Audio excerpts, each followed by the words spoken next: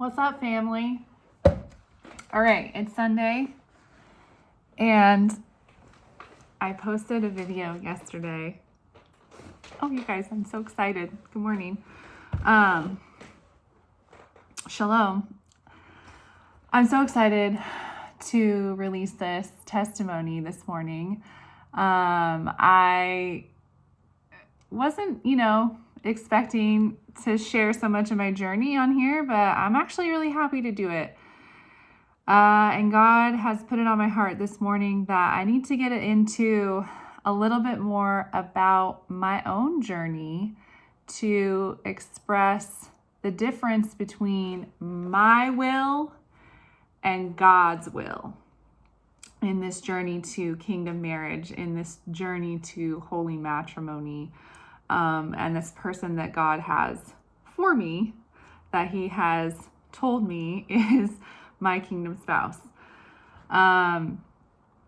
So after I posted my video yesterday, if you haven't watched it, go watch it. It's entitled, How Do You Know If He's the One? Kingdom Spouse Confirmation. And I just shared, a couple of the ways that God is continually making it known to me that He is indeed the one, even though we have not been speaking in this time, and He did move away. So this person contacted me and said, I'm kind of going through a similar situation. And you mentioned in your video that you tried to pray him away. So how are you discerning or knowing that him going away is different than, is not your own, personal desires and your will in wanting to be with him versus God's will? And so there's some misunderstanding in what I was saying in the video, meaning like me personally trying to pray him away and the idea of him moving away. So God brought me to a really great scripture this morning. I'm going to share it with you. It's in 1 Corinthians. And I'm also going to share a little bit about the journey that my kingdom spouse is on right now and how it's so purposeful where he is and that he is away for a reason. And also me trying to pray him away wasn't necessarily me trying to pray him away before he left. So the timeline of that is different. So I tried to, in my own insecurity, I just want to make this clear, out of my own insecurity and my own past trauma from long distance relationships. I have been in a long distance relationship before. And this person from my past cheated on me a lot. And I had to deal with that trauma, and God wanted me to be in that scenario again and also, God prepares you. Everything that you've been through prepares you for where you're going. So that might be confirmation for someone to know that maybe the situation that you're in right now with your prodigal spouse, your kingdom spouse, might look similar to a situation that you've been in your past that was not healthy. And so having to move through that makes you rely on God. So that's another key indicator, is if you're relying on God more because this person is now in your life rather than less. Me relying on God less would be if when he moved away, I begged him not to go and he stayed. Or when he moved away, because I threw a tantrum with God, not with my kingdom spouse, when he told me he was moving away. So he moved from our hometown in November of 2019, and we met in July of 2019. So it was just a few months after we had just met, and I was still trying to kind of like realize what was going on in our relationship and God bringing us together. So it was a healing journey for him to move away. He had a lot of family ties here that he needed to move on from. And that's also in Genesis, you will leave your father and mother and then cleave to your wife. So he needed to gain independence from his family. He also had a lot of pain from the jobs that he had been in and out of here locally and wanted a fresh start. He's also 9 years younger than me, and I met him when he was 24. He's 26 now, and he'll be 27 this year. And anybody who knows, especially in the United States, those years of growing up going from when you turn 18, you become an adult. So that's this whole experience in and of itself. Then you go through the education years, or those young adult years until you turn 22, 23, going to the bar at 21, partying a lot. So when you turn 24, you're still kind of in that, when I walked as a child, or when I was a child, I did childish things, right? So he's becoming a man in this time. And so he's putting away childish things. And so when I was driving home from work one day and I was finally having enough time to talk with God about my kingdom spouse leaving, because he told me trying to get a reaction out of me. He wanted me to beg him to stay here. He wanted me to throw a fit, which is a pattern from his old abusive relationships that he's been in, where women have just been abusive to him and, ran the whole show basically by complaining or being manipulative to get him to do what they want him to do. And he, has that passive spirit over him from his childhood, that chain that's around, that stronghold that's over him, where he gives away his power. And so we're both very good for each other in that I had to learn in him leaving to trust God, to rely on God more, and for him to learn that I'm not going to beg him to stay. And I'm not like those other women that you've been with. I'm actually a woman of God, and I don't need you. I would love for us to be together right now, but I also understand that you're not ready for that, and you have some things that you need to go do and take care of. He also needed to pay off some debts.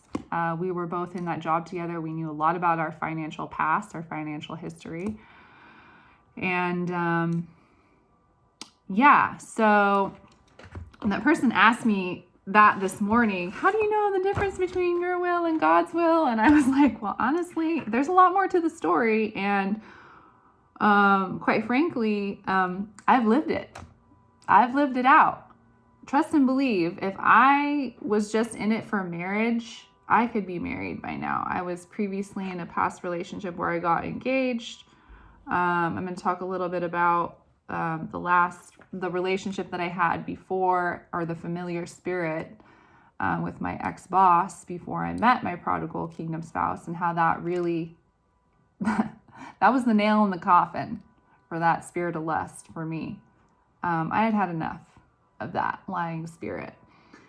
So I've been on a journey, and I'm 35. I've lived a lot of life, and the life that I've lived up until now has been very full. I'm a woman who does a lot of things. I do a lot of volunteer work. I give a lot. I'm involved in my community. I'm involved in my church. And I also have my own business. And I was working, jobs here and there throughout these last 7 years of me having my business. I was still working full time. And I take care of my family, and I love my friends, and I travel. So I've lived a very full life, and I've gotten to the point where God is like, this is where I want you, and now I want you to focus on preparing to be a wife and a mom, because I've done everything up until the point where now it's time for me to get married and to have children. And the purpose that God has for me in my marriage is to have children for the lineage of God's kingdom, to continue that bloodline. So this is not my will. And when I met my kingdom spouse, He was not somebody that I would have picked myself. Not to say that he's not attractive. I think he's very handsome.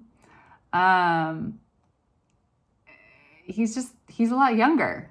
And yeah, I was like, yeah, there's no way. I was like, yeah, there's no way. This is what you want from me, God. So yeah, he won't be, your kingdom spouse probably won't be what you've idealized. And there will be things that both of you will need to learn and to pray through together. And the relationship should always bring you closer to God, not further from God. Okay, so I want to talk a little bit about my past and my journey to meeting my kingdom spouse, just so everybody kind of knows where I've grown from in this journey, because I know you guys see it now, but you've heard little things here and there. But everything led up to me getting this job, and him being my manager. Everything led up to that point, okay? And there was a series of events that God put me through in order for that to happen. And I think it's really important that I share more about that, because I think that some of the women on here watching would benefit from understanding how much I have sacrificed to meet this man, and how much I have been obedient to what God has wanted over my life, to be here and to be in this place where I'm preparing for marriage now. So that being said, let's go to 1 Corinthians chapter 16 and read through just 2 verses here, verses 13 and 14, where it says, "Watch ye." So this is a letter from Paul to the church at Corinth, and he is talking about being steadfast. He's talking about the ministry of saints. And the reason why I picked this scripture is because it has to do with love. It has to do with being strong. It has to do with being courageous and brave. And having a kingdom marriage is not an easy thing to do. You do need to have a lot of faith. And you do need to be brave. And you do need to let go of your own will and follow what God's will is for your life. If I had my will and my way, he would not be gone this long. But that's not my will. So, so it says at verse 13, "Watch ye," meaning be sober, be vigilant, always be watchful of things going on. "Stand fast in the faith. Have that unfeigned faith. My prodigal husband loves my unfeigned faith." He's attracted to it. There's a fragrance of my unfeigned faith. So watch ye, stand fast in the faith. Quit you like men. Quit you. We're going to talk about that. Quit you like men. Be strong. Let all your things be done with charity. Let all your things be done with charity, or be done in good works. Have the fruit of the Spirit. Operate in the fruit of the Spirit, right? Long suffering, gentleness, meekness, faith. Against such there is no law. There's more, but I went through the ones that are the harder ones to do, right? So in the middle of that verse 13, it says, "Quit you." And I didn't understand it at first when I read it this morning. But it has everything to do with not your will, not my will, but your will, Lord, be done. Paul is trying to explain to these men that being in a ministry, because your marriage is your ministry, everything about you is done. It's no longer you. So where I was at, 3 years ago. Was working for this man, this ex-boss of mine who had a familiar spirit. And he would hit on me. I'm just going to be blunt. He would hit on me at work, and he was a man of God. And I had recently ended my engagement, and he started kind of poking the bear a little bit. He'd ask me, you know, do you want to get married, or how many kids do you want? He'd ask me at work. It was just really inappropriate. And I just couldn't see anything in that time of my life. I was still really, really broken, because I got out of a very physical, emotionally abusive relationship with my ex who I was engaged to. Like I said, I could have been married by now if that's all I wanted was to get married. So I gave that up, and that was a huge sacrifice. And I still had this job. I was still working for this ex-boss. And one day he was like, I'm in love with you and I want to marry you. And I was super uncomfortable about it. And I was like, what is happening?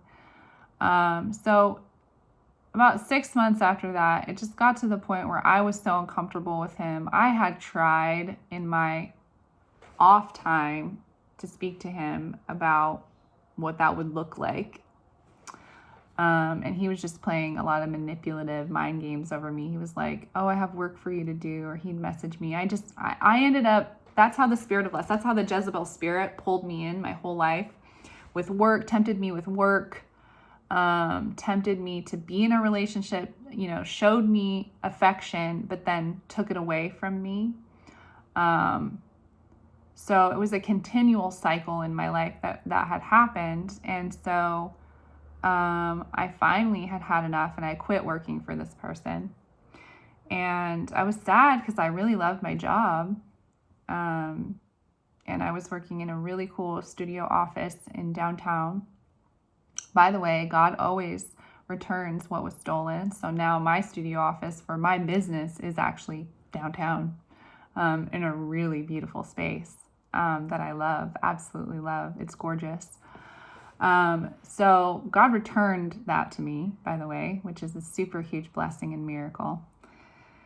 And so throughout the rest of that year in 2018, I had planned a trip to Europe later that year. And so when I was in Italy, I kind of gave some of this testimony to you guys in another video, how God spoke to me and said that I would get married and I would have kids. Now, I told you guys I've lived a lot of life. In my previous relationship that I was in, where I was in this abusive relationship, I knew that if we got married and had kids, that these children would be tortured, essentially. Like, I was just like, we can't have kids. I just knew the mom in me and the woman in me who wanted to have kids, who's always wanted to have children. I've always wanted to be a mom since I was a little girl. I played baby dolls.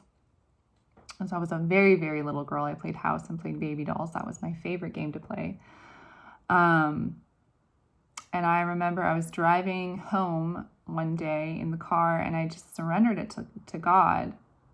I said, Lord, I lay this down. I'm okay. If I'm going to marry this man who is abusive to me, I'm okay to not have children. And I surrender that. I lay that at the throne, I lay that on the altar as a sacrifice. And it was a really, really difficult moment for me. I remember I was 29 years old, and God spoke over me in the car, and he said, Sarah, you will be a mother to hundreds of children. And I was like in tears, because I just thought that would be in heaven, maybe there would be children that didn't have a mom, or, children that were aborted, or children, I just imagined me in heaven with like hundreds of children. That little kid's story where the mom she's like on stage, it's like a ballet story. I think it's in like the Nutcracker, but she has this huge skirt. And all the little children are running around her and hiding in her skirt and coming in and out of her skirt because she has so many, she can't keep track of all of them. So I just had this like image in my mind of me sitting with a big dress on and a skirt on in heaven, surrounded by hundreds of children, and me just like reading to them and teaching them. And I was at peace in my heart when God gave me that revelation and he told me that. So I said, okay, that's fine. If I don't have children on this earth, I will have them in heaven. That's fine. That's okay with me, God. So I gave that up. Okay. Like I was fully quitting myself. Okay. I quit me. I quit what I wanted. And then fast forward to me going to all these beautiful places in Italy and in and out of cathedrals, praying to God. And I was in this moment of just desperation with the Lord. And every time I kneel down in a church and I just bow my head and I'd say, "Oh Lord, have mercy on me and forgive me of my sins. Hear the humble prayer of your servant." Because I was sorrowful from everything that had happened to me in my life. And I was truly on a pilgrimage. I was in Europe for 3.5 weeks, traveling all through France, Italy, Spain, and Portugal. And God stopped me. I'm just having like a moment of real reflection on that I did a lot of traveling that year. I remember I knelt down this one Sunday in Rome. We were in Rome, and I was praying this prayer, and I heard God just so strongly and so firmly. He said, "Sarah, stop praying that. You have other more important things to pray for, like for your children, for your future family. Stop praying for you to have mercy. You have mercy." And I was like, how is that possible? How is that possible?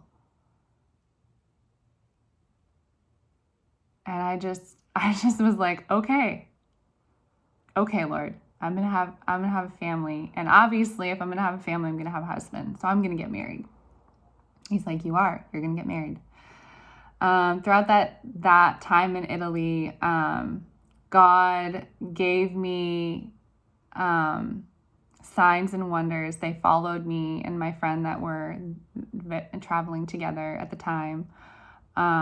We walked into another church right after that happened, and we were just admiring things and praying in the Spirit. And all of a sudden, as we were walking out down the aisleway, the wedding processional song just started playing, that "Here Comes the Bride" song. So we were like, huh? And there was no one in there. There was no one in there but us.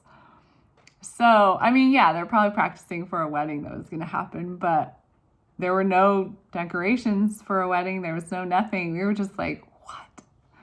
And then also during that trip, we were walking home one night, and on our way home, there were white roses, 2 of them. First one on the road, just randomly, a white rose. But it's also Italy. It's very romantic there, and people like to hand out roses. But these were white roses. And so first one, and then we kept walking another minute later, and then 2, and no others, just these 2 random white roses on the way back to our hotel. And we were like, what is this? And God was just confirming, like, you will be brides, you will get married. So all this was happening. And so in my mind, I'm thinking, oh, wow, who is it? Who is it, Lord? I don't know. I'm just going to live this out. So coming home, I actually had my ex-boss pick me up from the airport. We caught up on some things. He was still pursuing me at the time. And I was like, you know what? If he really wants me, he's going to have to like really come after me. If that's what is going to happen. I then made up in my mind that I was going to go big with my career. and move to San Francisco and get a job there at an agency. San Francisco felt like the right thing to do. It's still on the West Coast, and it was either that or Seattle, and Seattle's just really dreary to me and not the culture that I wanted to have for myself. So this was still in 2018, and so I left shortly after coming home, after being in Europe for almost a month. I left and went to San Francisco. I drove down there. And mind you, I was still in a place of searching for wholeness in my life, wholeness over my career, everything that I needed, basically. And I had felt a lot of weight in that time also from my parents and my mom, and I had a lot of sadness in my life at that time. So I went to San Francisco. I joined a church there, sang in the choir, made friends down there, dated guys down there on, using a dating app. But I had a life. God was just like, here you go. Here's your life that you want, that you're looking for. And I landed an interview at a great agency down there. And I could have moved there. And so I came back home. It was close to Thanksgiving, close to my birthday. I got a package in the mail from my ex-boss, a birthday present from him. I was like, he really is trying, but I'm going to move. Like, this is just not for me. And I knew, and then I flew back out actually for an in-person interview later that month. And then it was holiday. And if you're in corporate, you know that when the holidays come around, basically Thanksgiving through New Year's, nothing happens. You're going to have to wait. So I was used to, 3 months of interviews before you land a really great job. And I was like, okay, that's fine. I'll wait. So I know this is so long-winded, you guys, but this is really, really important to understand that I gave up a lot of myself in this time to meet my kingdom spouse. So had a great in-person interview, knew that I was going to be in wait through December, beginning of January, until they would get back to me probably, later January when everybody's back from holiday. I decided to go and do some healing at the beginning of 2019, right after New Year's. I was doing a website design for a hypnotherapist. Now, I wasn't necessarily okay with anything new age, but I was willing to try it because she offered her services for free, and they were actually a lot of money for this weekend away at her villa house on the lake. And I still had a lot of trauma I needed to work through, and I was like, you know what? If something good comes of this, I'm going to do it. And so I went there in faith, drove up there, spent the whole weekend with her. And by the end of the weekend, after we did timeline therapy and linguistic reprogramming, I don't know if any of you guys know what that is, and hypnotherapy, she looked at me on the last day that I was sitting there at the table with her, and she looked at me in my eyes and she said, you need to get married. That's your goal. Out of all the things that I've heard about you, doesn't have to do with your family, doesn't have to do with your job, your career, your business, you need to get married. And I was like shocked, and I just started crying because that spirit of lust was so heavy over me that I probably would have bulldozed through another couple of years with my trauma, thinking, I don't really need to get married. I don't, it'll happen when it happens. It's not something I should focus on.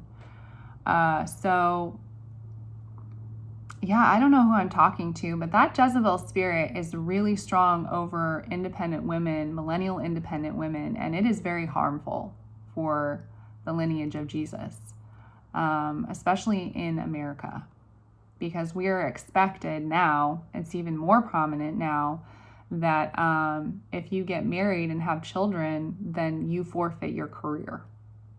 And that's just the truth. There's a glass ceiling. So that was a very clear, pivotal moment for me.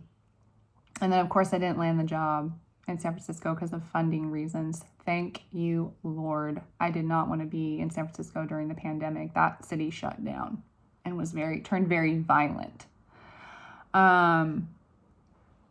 So God's will, not mine, right?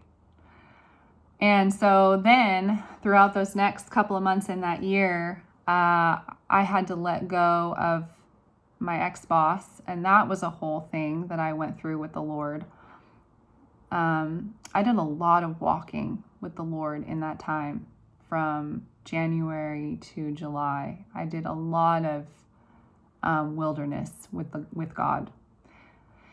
And in that time when I let my ex-boss go, God spoke to me very clearly, and he said, Sarah, even though this is a man of God, you could marry him.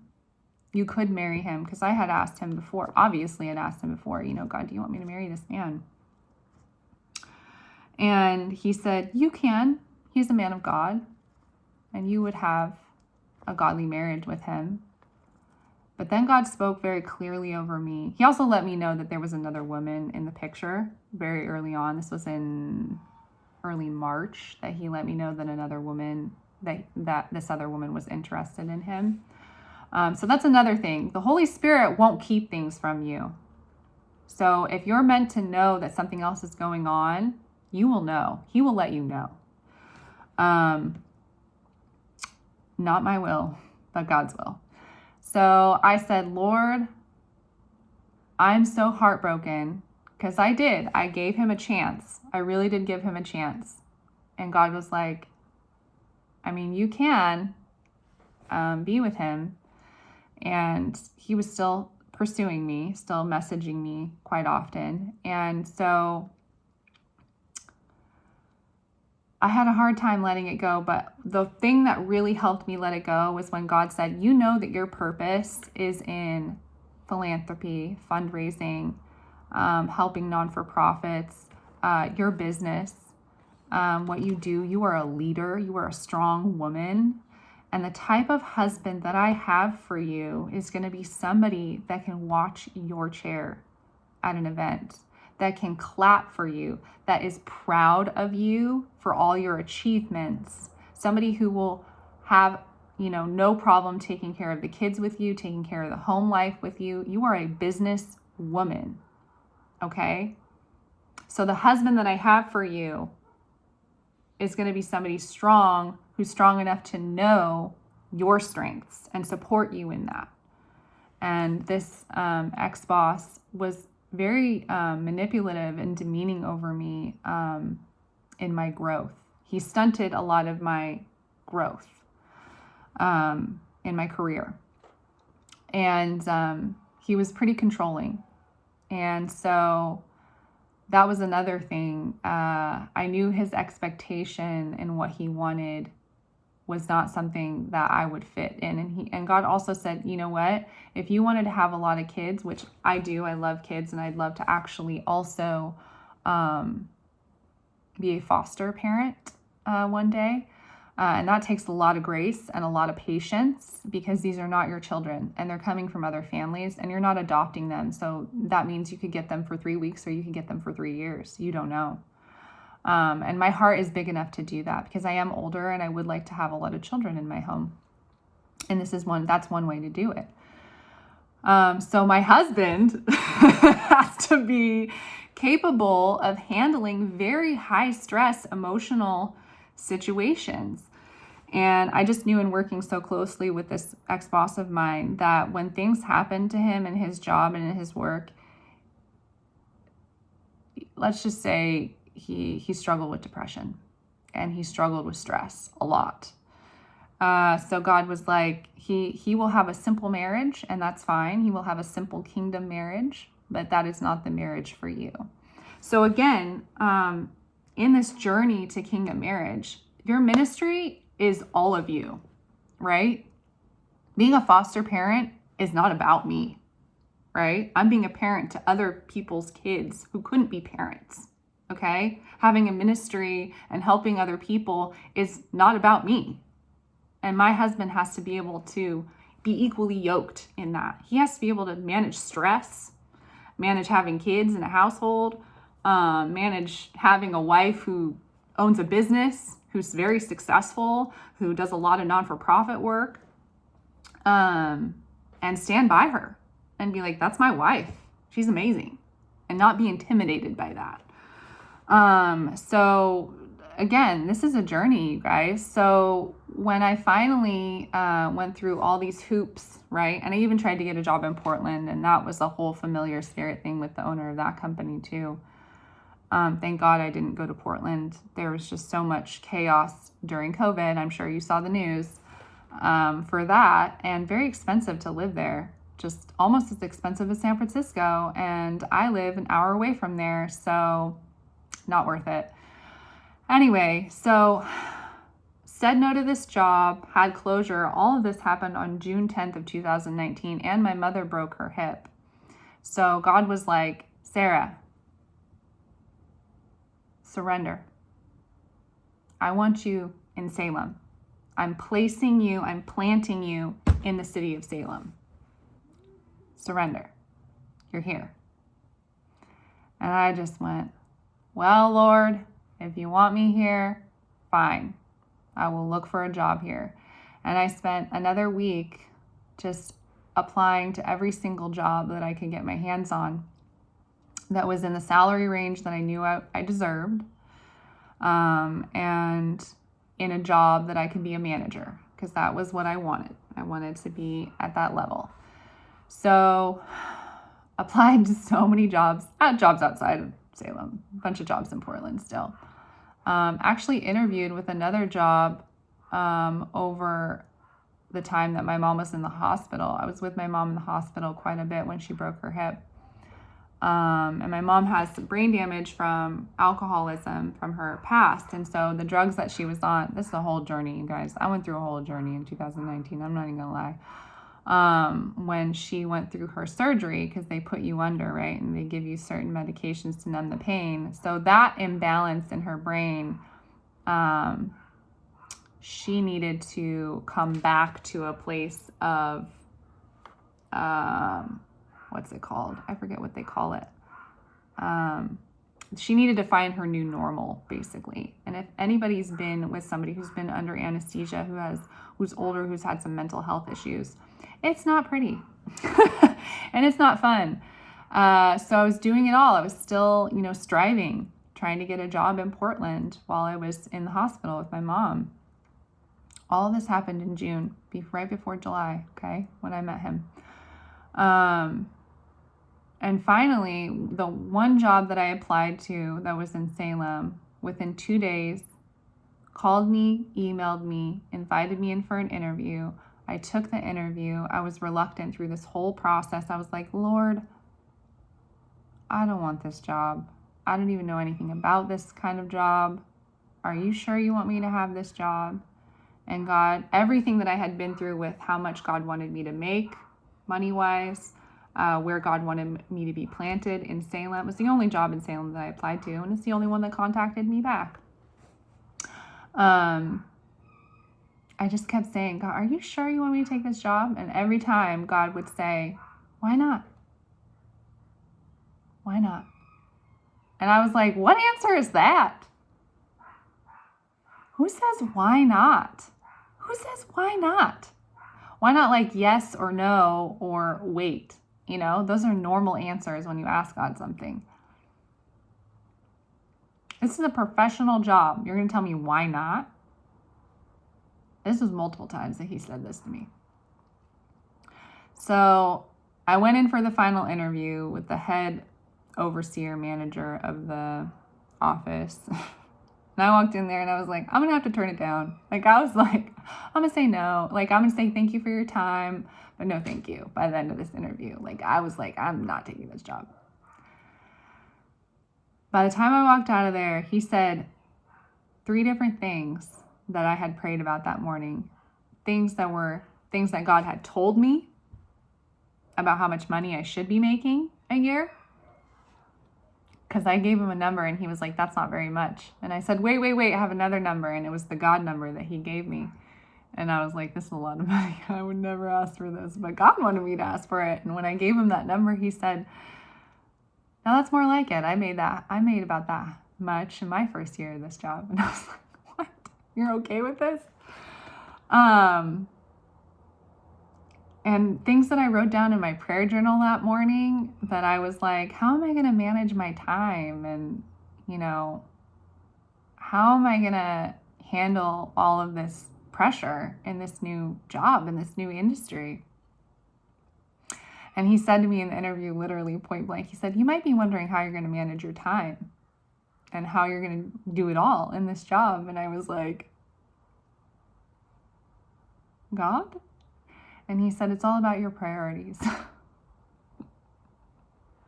And I was like, well, my priority is to get married. My priority is, I'm just laughing because I think it's so funny looking back at it. This job was not a good job. But I wasn't taking the job to take the job. So, like I said, it's so funny because if he saw this, he would just laugh with me. My kingdom spouse saw all this because he knows. And I've told him all of this. So basically, I was pretty heartbroken because the week after I took the job, I had found out that my ex-boss indeed was with this other woman and was getting married to her and all this stuff. And he was like, I want you to meet her. And I was like, what? No, that's not happening. And I was crying one day before I went to work, and God just stopped me. And he was like, because I prayed this whole prayer out. And I prayed, Lord, where is my husband? Who do you have for me? When is my time? And when will I know? And God literally, in my teary moment, spoke so clearly and so specifically to me. And when you're heartbroken, God will speak very loud to you. It will be audible. You will know that it's him. The closer you get to God and the closer you get to your promise and the more in tune with the Holy Spirit that you are, the quieter God will be. So in this moment, God spoke to me in 2019, this day before I went into work, and after I prayed this prayer, and I can read you what I wrote down, and it was like 4 or 5 questions, and God spoke very clearly, and he said, Sarah, it's happening. It's right now. He's right in front of you. The time is now. And when I looked back at it later on, I was like, you answered every question that I had, like in order. And I didn't even hear it at that moment. All I heard was, it's right now. He's right in front of me. That's all I heard, because I freaked out, because I quieted myself and I went, no way. What? He's right in front of me? So, long story short, there's been multiple confirmations for me with this man, and multiple sacrifices along the way that have not been my will, but God's will over my life. And so, as we all know, charity suffereth long, right? Is long suffering.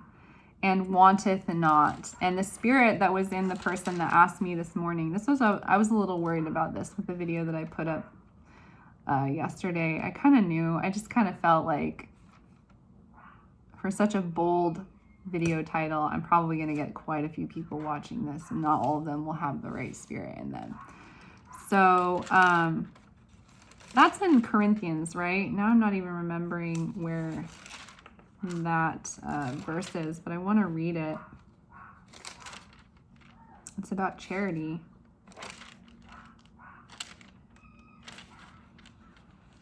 But it says charity suffereth long, right? And wanteth not its own, meaning it's not selfish. And that is the point of your kingdom marriage. you should be doing this outside of yourself. This should not be just because you want to get married and you want someone to love you. Because I know God has promised me children, and I know in that promise there's marriage. And it might sound harsh to say this, but it doesn't have to be him. It doesn't. It doesn't have to be this kingdom spouse. And if God were to take him away, because he has free will, he could go after his own lusts in the world. And I didn't know when he left if he was going to meet somebody or not. I had to give that up, and I had to trust God that he wouldn't. I didn't know how long he would be gone. I didn't know if he would ever return. So my fears in that were, well, let me just pray him out of my life. That's an easy answer, right? You showed me the limits of this ex-boss of mine in prayer when I prayed over him. Show me, that's what I kept saying. I said, show me his faults, Lord. Show me something wrong about him, and I'll move on. And nothing.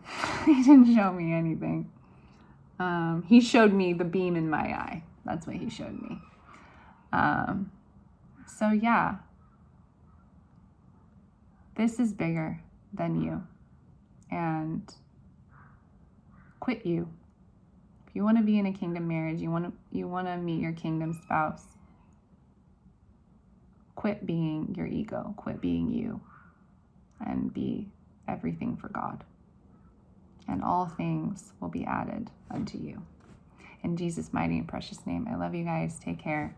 I know it's long, but thank you for sticking with me. And if you have any questions or want to know further about my journey, I just love all my followers. I love sharing this.